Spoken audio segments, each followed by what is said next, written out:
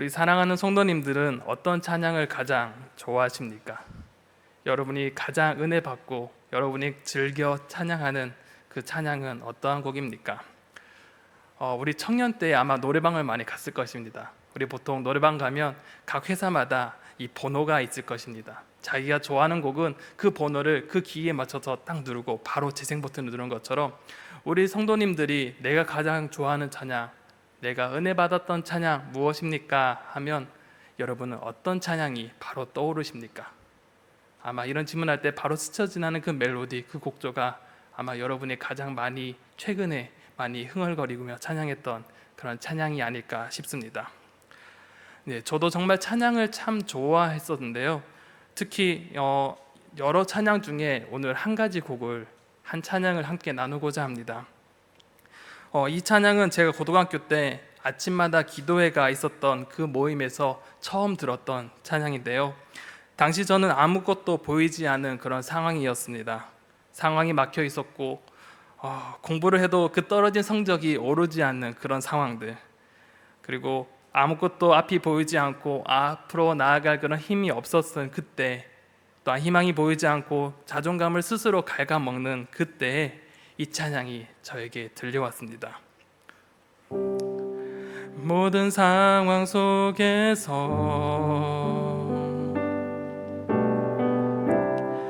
주를 찬양할지라,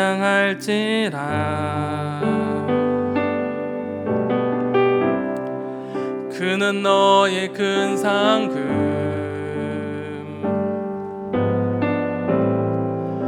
큰 도움이시라.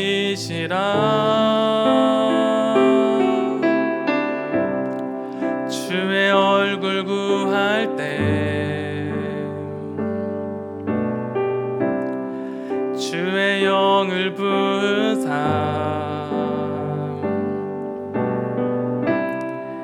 크신 사랑 안에서 주를 보게 하소서.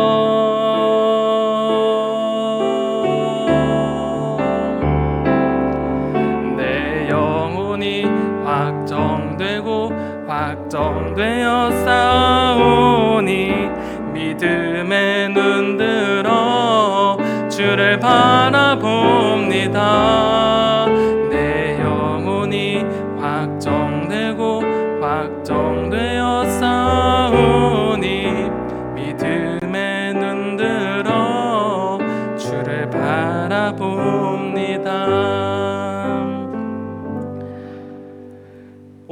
오랜 신앙 동안 신앙생활을 했었고요. 또한 항상 그 도서관에는 성경책이 꽂혀 있었습니다.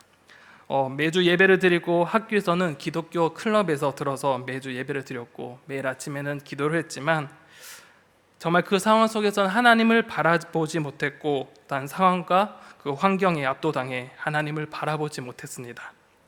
상황과 환경이 나를 압도하며 나와 함께 하신 하나님을 바라보지 못했던 그 상황과 환경이 나를 잠식하였을 때, 그때의 상황의 모습이 오늘 본문에서도 나타나는 것 같습니다. 오늘 본문의 배경 동안 이 상황과 환경이 압도당한 이스라엘의 모습이 나타납니다. 사울이 왕이 되고 어느 정도 시간이 흘렀을 때 이 블레셋 거민들이 이스라엘로 쳐들어오게 됩니다. 그런데 그 블레셋의 기세가 엄청납니다. 블레셋은 병거 3만, 마병 6천, 그리고 해변의 모래와 같은 수많은 군사들을 이끌고 이스라엘을 공격해 들어왔습니다. 반면에 이 이스라엘은 3,000명에 불과한 이 초라한 숫자로 그들을 대항했어야 됐습니다. 그런데 숫자만이 문제가 아니었습니다. 그들 가운데는 무기도 변변치 않았습니다. 블레셋은 철기로 무장하였지만 이스라엘에게는 그저 농기구가 다인 그런 전력 또한 약한 상황이었습니다. 거기에 블레셋은 뛰어난 전략을 가지고 이스라엘을 압도하기 시작했습니다. 그러면서 이스라엘은 이 블레셋의 위세에 압도당하면서 이스라엘은 점점 요동하기 시작합니다. 겁에 질렸고 흩어지기 시작했습니다. 결국 사울은 그런 이스라엘의 백성의 모습에 조급해지기 시작했습니다. 이 사무엘 동안 자신의 상황과 환경에 압도당하기 시작했습니다. 그리고 어떻게든 왕으로서 이 위기를 헤쳐가기 위해 어떤 것을 했어야만 했습니다. 그래서 이 사울은 이 제사장 사무엘을 기다리지 못하고 스스로 제사장이 되어 하나님께 제사를 드렸습니다.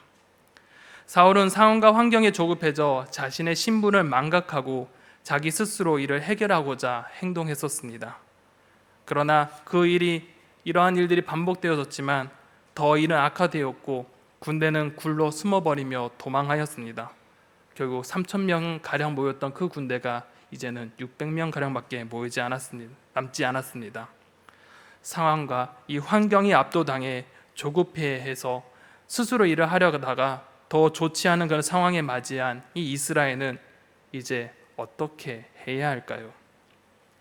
오늘 본문은 이 모든 상황과 환경에 압도당한 이 이스라엘 모습이 보이지만 그렇지 않은 한 사람의 이야기가 나옵니다. 바로 오늘의 주인공인 요나단입니다. 모든 악조건 속에서도 모든 이들의 상황과 환경 속에 압도당했을 때도 이 요나단은 이러한 순간에 하나님만을 바라봅니다. 오늘 본문은 이렇게 시작되어지는데 오늘 본문의 구절을 먼저 보고 한번 시작해 보겠습니다. 오늘 본문은 이렇게 네 가지로 나뉘어집니다. 첫 번째는 이 전쟁이 어떻게 흘러가는지 그 상황의 배경을 1절에서 5절까지 이야기하며 또한 여호와의 표정을 구하며 하나님께 믿음으로 나아가는 이 요나단의 모습이 6절에서 10절까지 나타납니다. 그리고 요나단이 이 하나님의 그 징표, 이 표징을 보고 이 블레셋 진영을 치는 장면이 11절에서 15절에 나오며 마지막으로 하나님께서 그 전쟁 가운데 함께 하셔서 이스라엘을 구원하시는 장면이 16절에서 23절까지 나타납니다. 이제 우리 달력발로 보시면서 이 요나단이 어떻게 믿음과 용기를 가지고 행했는지 제가 함께 살펴보도록 하겠습니다. 먼저 첫 번째로 오늘의 상황의 배경을 이야기하고 있습니다. 블레셋의 공격을 받은 이스라엘은 모든 것이 열세였습니다. 서론에서 말한 것처럼 군사수도 그렇고 전략도 그렇고 무기 수준 또한 많이 떨어진 그런 상황이었습니다. 더 큰 문제는 군사들의 사기까지도 떨어지는 상황입니다. 이스라엘 앞에 찾아온 이 블레셋의 위용 앞에 모두가 부들부들 떨고 숨어버렸습니다. 그런데 모두가 이렇게 상황이 압도되어 어찌할 바 모를 때 이 요나단은 박차고 일어납니다. 1절을 함께 보겠습니다. 하루는 사울의 아들 요나단이 자기의 무기를 든 소년에게 이르되 우리가 건너편 블레셋 사람들의 부대로 건너가자 하고 그의 아버지에게는 아뢰지 아니하였더라 라고 기록합니다. 모두가 주저앉아 있을 때 사울의 아들 요나단은 일어섭니다. 그리고 자기의 무기를 든 소년인 이 친위 부대의 소년에게 블레셋을 치러 가자고 이야기합니다. 단 조건이 있습니다. 아버지 사울에게는 알리지 말고 은밀하게 이 블레셋을 공격하자고 말합니다. 당시 사울은 요나단과 떨어져 있는 지역에 위치하고 있습니다. 2절에서와 같이 사울은 이 기브와 변두리에 미그론이라는 이 석류나무에 머물러 있다고 성경에서는 기록하고 있습니다. 그리고 그와 함께한 이 군사수가 600명 가량이었다고 합니다. 그리고 3절에 보면 이 사울이 함께한 사람이 있었는데 바로 이 아이야가 있다고 합니다. 근데 이 아이야의 설명을 보면 이가봇의 형제 아이두베의 아들 비느하스의 손자 실로에서 여호와의 제사장 되었던 엘리의 증손이라고 기록하고 있습니다. 즉 이 아이야가 누구냐? 엘리 가문으로서 엘리의 제사장 가문으로서 여전히 이 제사장의 역할을 감당하고 수행했던 사람입니다. 또한 이 아이야가 에봇을 입고 있다고 기록하고 있는데 이 에봇이라는 것은 바로 이 대제사장의 옷으로서 하나님께 신탁을 받을 때 직접 입었던 옷입니다. 이런 상황을 볼 때 종합해 볼 때 이 사울은 제사장 아이야와 함께 이 군영에 머물러 있다는 것은 바로 이 사울이 이 하나님의 그 신탁을 드리려고 함께 머물러 있었던 것 같습니다. 그런데 중요한 것이 있습니다. 아이야와 함께 했고 하나님의 신탁을 드리려고 이 아이야와 함께 했지만 이 사무엘은 정작 하나님의 뜻을 듣지 아니하고 상황만 살피고 있었던 것입니다. 정작 붙잡아야 할 하나님을 붙잡지 않고 정작 눈에 보이는 사람만 붙잡고 의지했던 꼴이 되었습니다. 이러한 상황 속에서 이 요나단은 아버지 몰래 움직이기 시작합니다. 4절에서 5절에 보면 요나단이 블레셋 사람에게 건너가려 하는 이 어기 사위 이쪽에는 험한 바위가 있고 저쪽에도 험한 바위가 있는데 하나의 이름은 보세스요 하나의 이름은 세네라. 한 바위는 북쪽에서 믹마스 앞에 일어섰고 하나는 남쪽에서 게바 앞에 일어섰더라라고 기록합니다. 요나단이 현재 위치하고 있는 곳과 블레셋에 위치한 이 지형은 매우 불리하고 험준한 지형이었습니다. 블레셋 진영으로 건너가려는 그 길목의 양쪽에는 이 큰 바위가 있었는데 이 바위는 날카로운 바위였습니다. 그리고 하나의 이름은 세네였고 또 하나의 이름은 보세스라고 기록하고 있습니다. 즉 이 요나단이 블레셋을 치러 나아가면 그곳에 가려고 하면 이 험준한 바위, 날카로운 바위를 넘어서야 하는 이런 악조건 속에 위치하고 있었습니다. 요나단에게 닥친 현재의 상황 모두가 악조건의 상황입니다. 군대의 숫자도 전략도 무기도 지형도 모든 것이 악조건인 상황이었습니다. 그런데 요나단은 이러한 상황과 환경에 압도당하지 아니하고 아버지처럼 그저 머물러 있지 않았습니다. 두 번째 단락에 보면 이 머물러 있지 않고 행동하는 요나단의 모습이 발견됩니다. 그리고 친히 대해 한 소년에게 말합니다. 6절에 보면 요나단이 자기의 무기를 든 소년에게 이르되 우리가 이 할례 받지 않는 자들에게로 건너가자. 여호와께서 우리를 위하여 일하실까 하노라. 여호와의 구원은 사람이 많고 적음에 달리지 아니하였느니라 라고 말합니다. 먼저 요나단은 이 할례 받지 않는 자에게로 건너가자라고 말합니다. 할례를 받지 않는 자, 우리는 보통 이방인으로 너무나 잘 알고 있을 것입니다. 우리가 이방인으로 가자, 이 할례 받지 않는 자들에게 가자라는 것은 반대로 말해 우리는 어떤 사람이라는 것을 알고 있다는 것입니까? 나는 할례 받는 사람이라는 뜻입니다. 내가 할례 받았다는 것은 결국 하나님의 백성으로 구별되었고 하나님과 언약을 맺은 백성이라는 의미가 담겨진 말이기도 합니다. 요나단은 모든 이들의 상황과 환경에 압도된 그런 상황 속에서도 자신의 정체성이 무엇인지 확고히 했습니다. 나는 하나님의 백성이라는 정체성을 가지고 블레셋에게 나아가자고 격려합니다. 그런데 여기에 무엇인가 확신이 없는 듯 이야기하는 것처럼 보입니다. 그 다음에 보면 여호와께서 우리를 위하여 일하실까 하노라. 실제 원문에 보면 이 혹시 혹은 아마도라는 단어가 함께 기록되어져 있습니다. 혹시나 여호와께서 우리를 위하여 일하실까 하노라. 자, 여러분 이 말을 들었을 때 여러분 어떠한 생각이 드십니까? 믿음의 확신이 있는 요나단으로 보이십니까? 아니면 믿음의 확신이 조금 없어 보이는 요나단으로 보이십니까? 우리는 그저 이렇게 볼 때는 이 요나단이 믿음의 확신이 조금 부족한 것으로 오해하기 쉽습니다. 그러나 이 고백 안에는 정말 중요한 이 고백이 담겨져 있습니다. 그것이 무엇이냐? 이 고백 속에는 하나님의 주권과 자유를 인정하는 모습이 담겨져 있습니다. 전쟁은 하나님께 속한 것이었고 또 하나님께서 주관하시기에 하나님께서 승리 또한 하나님께서 주시는 것이라고 인정하는 태도입니다. 즉 승리해도 하나님의 뜻이고 승리하지 않아도 하나님의 뜻이라는 것입니다. 다만 하나님께서 이 전쟁의 승리를 나에게 주시지 않는다 하더라도 하나님을 위해 열심히 담대하게 싸우겠습니다 라는 그런 의지가 담겨져 있는 그런 고백입니다. 그 의지가 그 다음의 말에 또한 담겨져 있습니다. 여호와의 구원은 사람이 많고 적음에 달리지 아니하였느니라. 하나님께서는 분명히 이스라엘 백성에게 향하여서 하나님께서 자기 백성을 위해 싸우신다고 약속하셨던 분이십니다. 그렇기에 하나님께서 개입하시는 전쟁은 사람의 수와 그런 전략에 달려있지 않습니다. 전능하신 하나님께서 개입하시면 인간의 노력과 힘은 아무 쓰잘데기가 없는 것이 되어지기 때문입니다. 요나단은 이것을 분명히 알고 있었습니다. 자신의 정체성이 무엇인지, 하나님께서 상황과 환경을 뛰어넘어 역사하시는 그 하나님이시며 모든 것이 하나님의 주권이 달려있음을 분명히 알고 있었던 것입니다. 그래서 자신에게 주어진 상황과 환경이 아무리 열악하고 힘들지라도 모든 것을 하나님께 맡기며 나아갔습니다. 이스라엘을 주관하시는 하나님, 이스라엘의 하나님을 이 요나단은 의지하였습니다. 그의 결연한 의지에 소년은 응답합니다. 7절에 무기를 든 자가 그에게 이르되 당신의 마음에 있는 대로 다 행하여 앞서 가소서. 내가 당신과 마음을 같이하여 따르리이다. 이제 요나단과 이 무기 든 이 한 소년은 믿음의 전쟁을 준비하기 시작합니다. 요나단은 블레셋을 공격하기 위해 이 기드온이 마치 표적을 구했던 것처럼 하나님의 그 표징을 구하며 하나님의 그 인도하심을 구합니다. 즉 전쟁을 해도 좋을지 전쟁을 하지 말아야 될지 하나님께 징조를 구합니다. 그것은 먼저 자신에게 적을 노출시킨 후에 상대방의 반응을 통해 구별하기로 했습니다. 8절부터 10절까지 읽어보겠습니다.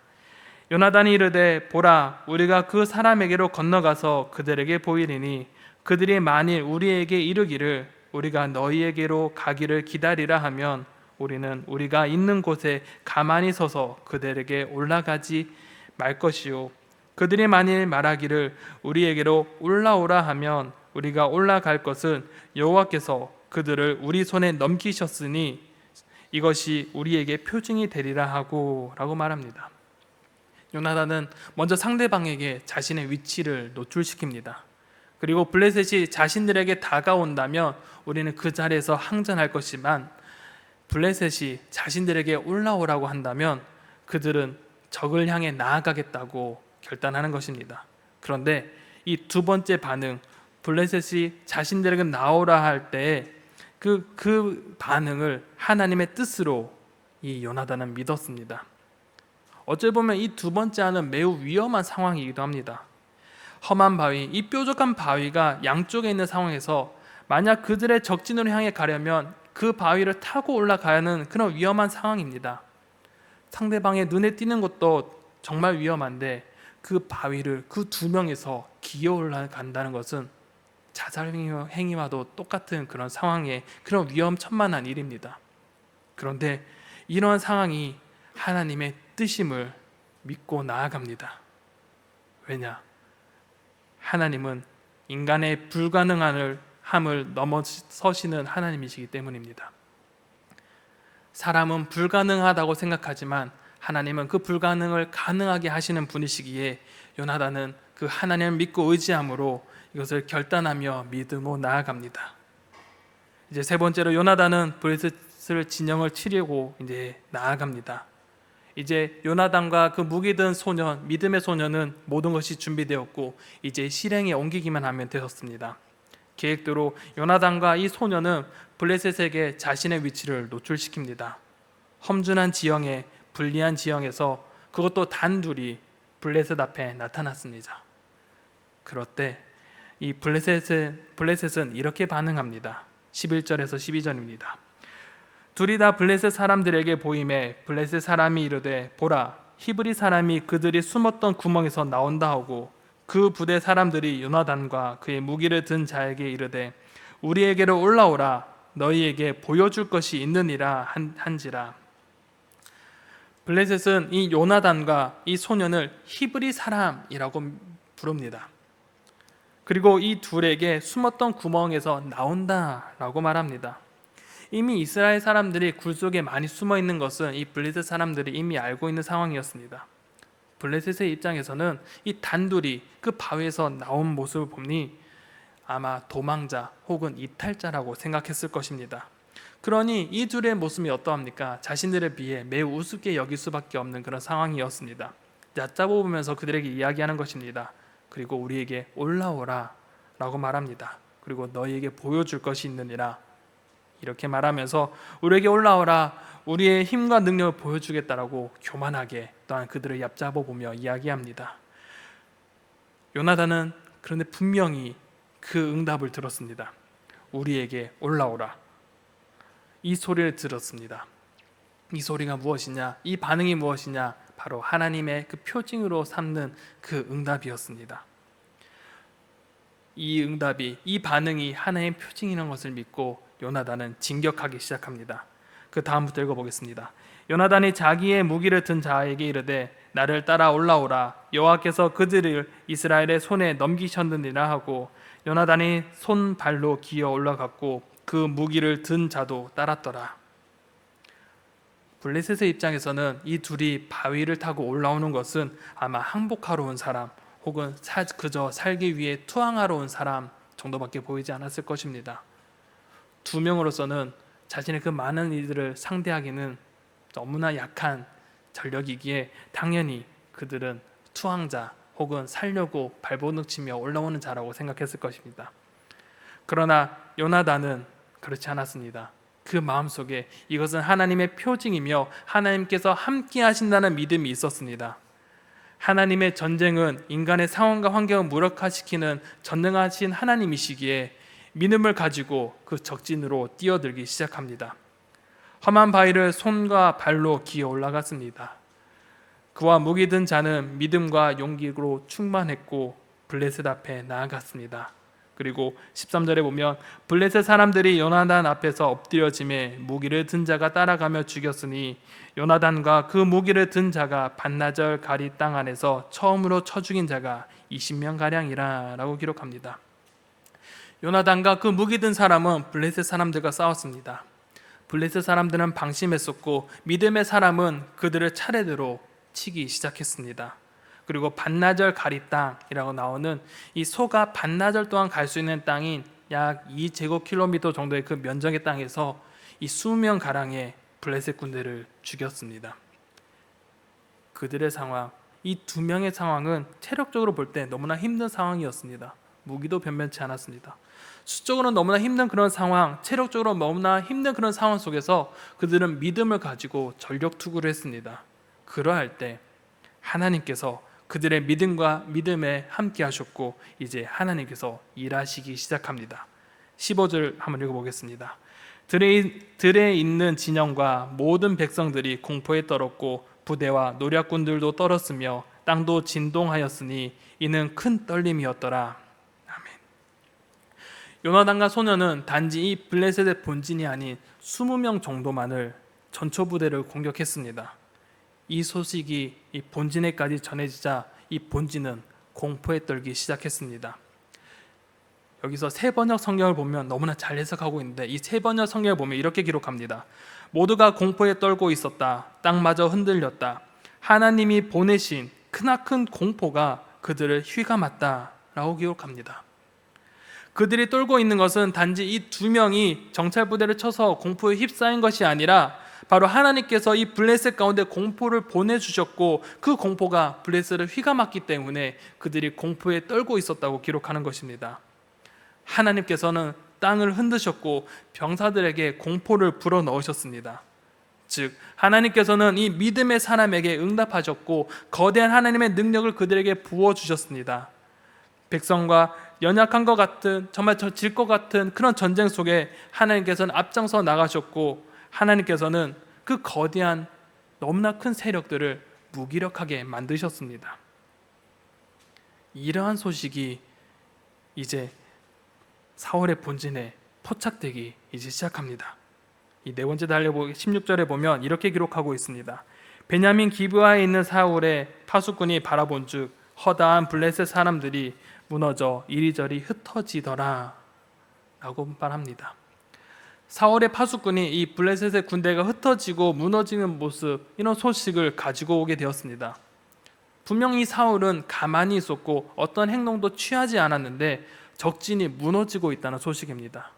그렇기에 누구 때문에 이런 소동이 일어났는지 파악하기 위해서 이 백성들을 모아서 전무를 하다 보니 이 요나단과 무기를 든 이 한 명이 없어진 것을 그제서야 알게 되었습니다. 그리고 사울은 즉시 제사장 아히야를 불러서 하나님의 궤를 가져오라고 명령합니다. 아마 사울은 이런 상황에서 매우 혼란했을 것 같습니다.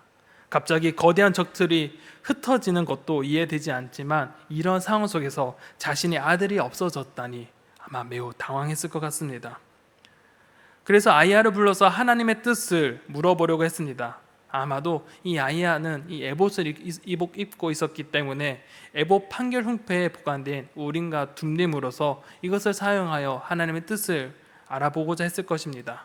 그런데 이 사울이 아히야를 불러서 이 하나님의 뜻을 물으려고 할 때에 블레셋의 소동이 점점 더 커지는 것을 보게 되어집니다. 강한 군대가 급속하게 흩어지고 무너지는 것을 보여주니 이제 하나님의 뜻을 물으려고 했던 것이 필요 없음을 느끼게 됩니다. 그래서 아히야를 멈춰 세웁니다. 사울은 하나님의 뜻을 물으려고 시도했지만 이런 갑작스러운 그런 상황의 변화에 어찌할 바 모르고 하나님의 뜻을 묻기를 포기하고 말았습니다. 그리고 사람들을 모아서 전장을 가보기로 하였습니다. 블레셋이 머문 이 전장은 한마디로 아수라장이 되어 있었습니다. 20절부터 함께 보겠습니다. 사울과 그와 함께한 모든 백성이 모여 전장에 가서 본즉 블레셋 사람들이 각각 칼로 자기 동물들을 침으로 크게 혼란하였더라. 전에 블레셋 사람들과 함께하던 히브리 사람이 사방에서 블레셋 사람들과 함께 진영에 들어왔더니 그들이 돌이켜 사울과 요나단과 함께한 이스라엘 사람들과 합하였고 에브라임 산지에 숨었던 이스라엘 모든 사람도 블레셋 사람들이 도망함을 듣고 싸우러 나와서 그들을 추격하였더라 라고 말합니다. 사울이 정신을 차리고 사람을 모아서 그 블레셋 전장에 가보니 블레셋 사람들끼리 자기들끼리 칼로 싸우는 상황이 연출되고 있는 것을 보게 됩니다. 그런데 그뿐만 아닙니다. 블레셋에 항복했던 사람들, 포로로 잡혀왔던 그런 사람들도 이제 자신의 진영으로 합류하기 시작합니다. 그리고 흩어져서 굴로 숨었던 자신의 군사들도 이스라엘 백성들로 이제 모이기 시작함으로써 그제서야 블레셋을 함께 치며 추격하며 섬멸하기 시작합니다. 기적과 같은 일, 상상하지도 못했던 이런 기적이 그들의 눈앞에 펼쳐졌습니다. 엄청난 이런 전력차, 이 전략에서도 승리하지 못할 것이라고 생각했고 아무것도 할 수 없었던 그런 이스라엘이었지만 하나님께서 블레셋을 치심으로 블레셋은 피할 수밖에 없었고 저 멀리 도망갈 수밖에 없었던 그런 상황이 되고 말았습니다. 분명 하나님께서 이스라엘을 구원하셨습니다. 하나님께서 전쟁에 개입하셨고 하나님께서 그 적들을 물리치셨습니다. 그런데 이 구원은 여호와의 궤와 제사장과 함께했던 사울 때문이 아닙니다. 사울은 전쟁에서 하나님의 신탁을 듣기 위해서 모든 것을 준비했지만 정작 하나님의 뜻을 듣지 아니하였습니다. 사울은 상황에 따라 자기의 판단에 옳은 대로 행동을 했습니다. 백성이 떠나고 사무엘이 오지 않으니 자기 멋대로 제사장이 되어 제사를 지냈던 사람입니다. 하나님의 궤가 그 진영 가운데 있었지만 하나님의 뜻에는 관심을 두지 않았습니다. 또한 상황이 변하자 그제서야 하나님의 뜻을 구하려고도 시도는 했지만 상황이 갑자기 변하니 그 하나님의 뜻을 들으려 했던 그 시도조차도 멈추어 버렸습니다. 하나님께서는 사울과 함께 하셨습니다. 이건 당연한 사실입니다. 그러나 사울은 하나님보다 내 앞에 펼쳐진 그 상황과 환경이 매우 중요했었고 상황과 환경이 이 사울을 지배했습니다. 그러나 요나단은 어떠했습니까? 사울과 동일한 상황 속에서 상황과 환경보다 더 큰 하나님을 이 요나단은 바라보았습니다. 비록 자신의 상황이 암울하고 소망이 없는 그런 상황이었지만 그 너머에 계시는 하나님을 그는 바라보았습니다. 이 전쟁은 하나님께 속한 것이었고 우리는 하나님의 선택을 받은 사람이었기에 하나님께서 우리를 주관하시고 이 전쟁의 때에 우리와 함께 싸울 것이라는 그 믿음을 가지고 있었던 사람입니다. 사람의 숫자, 무기의 차이, 전력의 차이에서는 분명 불가능한 싸움이었지만 이 불가능을 가능케 하시는 분이 바로 우리의 하나님이시기에 요나단은 이 무모할 정도로 하나님께 모든 것을 맡기며 나아갑니다. 모든 결과는 하나님께 맡기고 그저 자신이 할 수 있는 일을 요나단은 해 나갑니다. 그럴 때 요나단과 믿음의 사람 이 한 사람을 통하여서 하나님께서는 역사하셨고 움츠렸고 겁에 질린 이스라엘에게 승리를 허락해 주셨습니다. 사랑하는 성도 여러분, 우리의 현실의 모습은 어떠합니까? 여러분 속에 현재 닥쳐져 있는 그 현실의 상황은 어떠합니까? 우리의 현실은 사울과 요나단 이들이 직면한 상황과 별반 다른 것 같지 않습니다. 코로나가 끝나가지만 여전히 우리의 삶의 어려움들이 여전히 우리의 삶을 에워싸고 있습니다. 우리의 미래를 생각해 보면 장밋빛 전망이 아닌 것 같습니다. 오히려 세상의 물결에 휩쓸려 가고 내가 무엇을 해야 할지 고민하는 청년들도 아직 많이 있습니다. 그리고 직장에서는 여전히 호시탐탐 나의 자리를 노리고 나를 짓밟고 올라가려고 하는 기회를 노린 자들이 주변에 많이 있습니다. 이뿐만 아니라 우리의 삶의 영역에서 너나 많은 어려움과 우리를 에워싼 나를 잡아먹으려 하는 여러 상황과 환경들이 우리를 에워싸고 있습니다. 인생이 호락호락하지 않고 앞이 보이지 아니할 때 여러분은 어떻게 하시겠습니까? 사울의 길을 선택하시겠습니까? 요나단의 길을 선택하시겠습니까? 요나단은 이렇게 고백했습니다. 건너가자. 여호와께서 우리를 위하여 일하실까 하노라. 여호와의 구원은 사람이 많고 적음에 달리지 아니하였느니라 라고 고백합니다. 사랑하는 성도 여러분, 상황과 환경에 억눌려 있다면, 앞이 보이지 않는다면 이제 일어나시기 바랍니다. 그리고 믿음을 가지고 건너가시기 바랍니다. 하나님께서 우리를 위하여 일하실 것입니다. 우리의 인생이 하나님께 달려 있습니다. 전능하신 하나님께서 우리와 함께 하십니다. 하나님의 능력은 크고 강하시기에 하나님께서 우리 앞에 서실 것입니다. 하나님을 믿고 모든 것을 맡기시는 우리 성도님들이 되시기를 간절히 소망합니다. 우리를 둘러싸고 있는 모든 상황과 환경이 비록 우리를 억누르고 있지만 그 너머에 계신 그 상황과 환경보다 더 크신 그 하나님을 바라보시기 바랍니다. 모든 상황 속에서 어떠한 상황 속에서도 하나님을 바라보며 주님 앞에 나아가시기를 간절히 소망합니다. 이 시간 이 찬양을 함께 고백하며, 이 시간 우리 말씀을 고백하며 말씀을 생각하며 이 시간 찬양하며 나아가겠습니다.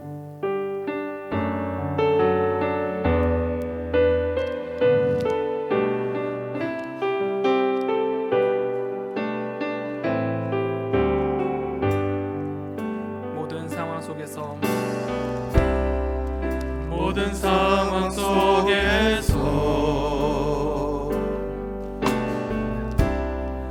주를 찬양할지라. 주는 너의 큰 상급,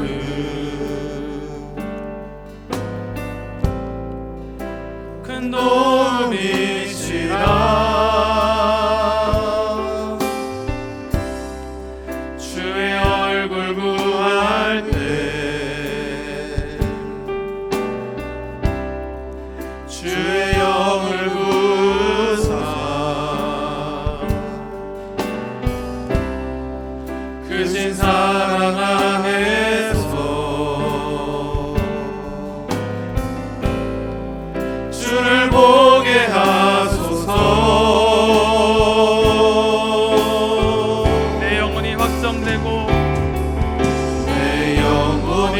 확정되고 확정되어 싸우니 믿음의 눈으로 주를 바라봅니다.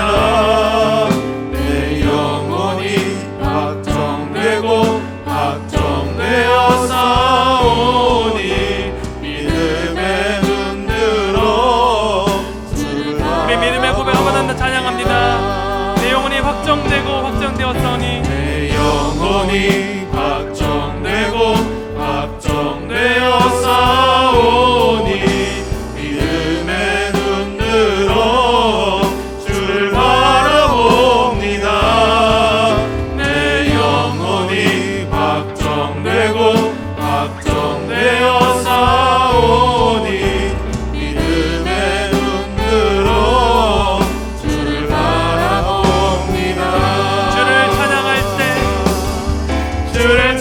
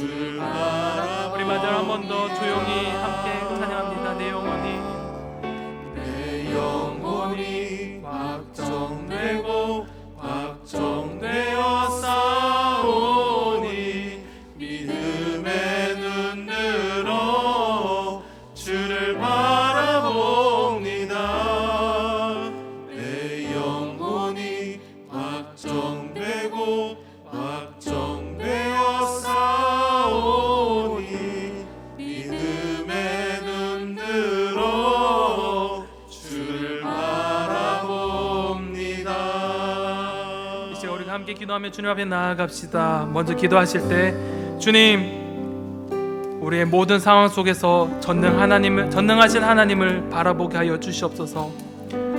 상황과 환경에 압도당하지 아니하며 우리의 모든 것 대신 전능하신 하나님께 모든 것을 맡기며 담대하게 우리의 삶을 살아가게 하여 주시옵소서. 이 시간 이렇게 기도하며 주 앞에 나아갑시다. 그리고 다시 한 번 더 기도하실 때는 주님, 우리의 삶이 예배의 삶이 회복되어지길 원합니다. 코로나로 흩어진 우리의 신앙의 우선순위를 다시 세우게 하시고 하나님께 예배드리는 것을 삶의 중심에 두게 해달라고 시간 결단하며 나아갑시다. 그러할 때 우리의 삶이 다시 하나님의 중심의 삶으로 회복되게 해달라고 시간 기도하며 나아갑시다. 그리고 이후에 이 나라를 위해서 함께 기도해 주셨으면 좋겠습니다. 새롭게 선출된 대통령 가운데 지혜를 허락해 주시고 또한 국민을 위해 헌신할 수 있는 사람들을 붙여달라고 불러달라고 기도해 주시기 바랍니다.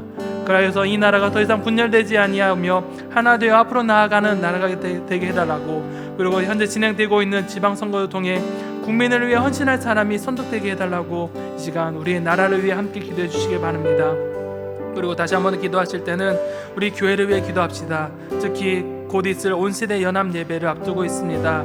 온 세대가 함께 하나님께 예배하며 나아갈 때 또한 우리가 다른 세대를 이해하는 그런 시간이 되어달라고, 또한 이 시간을 통하여서 우리의 신앙의 유산들이 잘 전달될 수 있도록 해달라고, 또한 이 시간들을 통하여서 우리의 온 교우가 주님 안에 하나이며 예배함으로 인하여서 주님 안에 한 가족임을 느끼게 해달라고 이 시간 우리의 교회를 위해 기도해 주시기 바랍니다. 그리고 이어서 기도하실 때 우리의 담임 목사님과 또 우리 교회를 위해 함께 기도해 주시기 바라며, 또한 육신의 연약함으로 고통받고 있는 또 우리의 환우들과 또 우리의 청년들을 위해, 우리 다음 세대를 위해 또 함께 기도하시며 이후에 또한 자신의 기도의 제목으로 함께 기도하며 나아가겠습니다. 이 시간 4가지의 기도 제목 가지고 이 시간 함께 나아갑니다. 이제 함께 기도하며 나아가겠습니다. 함께 기도하겠습니다.